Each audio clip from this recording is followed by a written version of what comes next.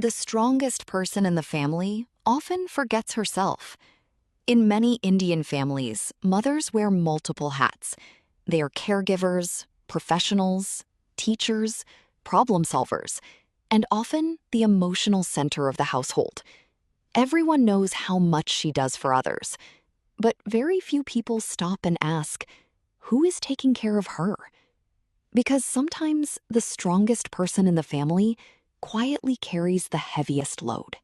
This is what I call the caregiver paradox. Children depend on her.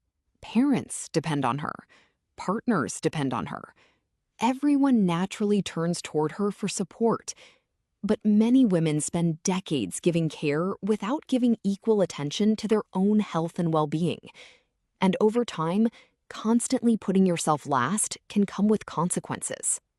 After the age of 40, women enter one of the most important biological transitions of life.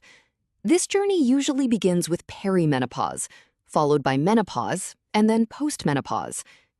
Menopause is not a sudden event. It is a gradual transition that can unfold over several years.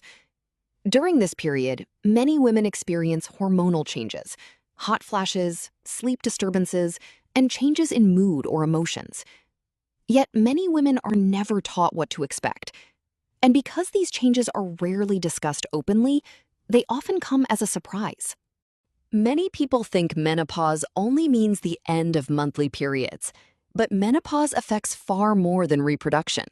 It influences multiple systems throughout the body: the brain, the heart, the bones, the muscles, sleep, energy levels.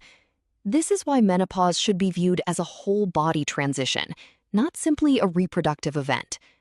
Understanding this can help women recognize changes earlier and seek support when needed. One reason menopause remains under-recognized is because many symptoms are easy to dismiss. Women often say, "I'm just getting older. I'm stressed. I'm not sleeping enough. This must be normal." And while these explanations may sometimes be true, they can also cause important symptoms to be overlooked. This video is not meant to diagnose anything. Its purpose is awareness, because understanding what is happening inside your body is the first step toward taking care of your health. India has made tremendous progress in maternal and child health. Pregnancy care receives attention. Childbirth receives attention. Children's vaccinations receive attention. But after the reproductive years, many women disappear from the healthcare conversation. Women's health does not end after motherhood. Midlife health matters too. The years after 40 deserve attention, education, and regular health monitoring. Because healthy aging should not begin at 70. It begins much earlier. Many women feel guilty when they prioritize themselves, but strength is not selfish. A healthy mother supports a healthy family. When she feels well, everyone around her benefits. Children benefit, partners benefit, parents benefit.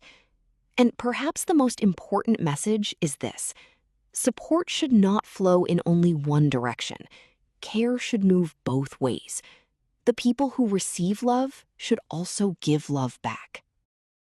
Perhaps it is time for a new definition of care. Caring for others and caring for yourself are not opposites. They can exist together.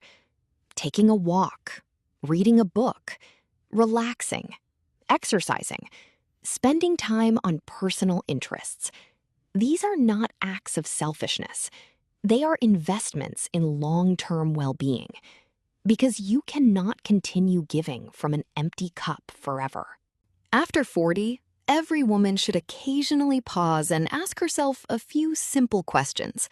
How is my sleep? How is my energy? Have I entered menopause?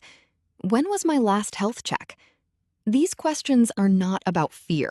They are about awareness, because small questions today can lead to healthier years tomorrow. A mother's health is not a luxury. It is not an afterthought, and it is certainly not selfish. A mother's health is a family asset. When women age well, families age well. And when daughters see mothers taking care of themselves, they learn that health is something worth protecting. Healthy aging is not only about individuals, it is something that can be passed from one generation to the next. And maybe the greatest gift we can give future generations is a culture where women are cared for just as deeply as they care for everyone else.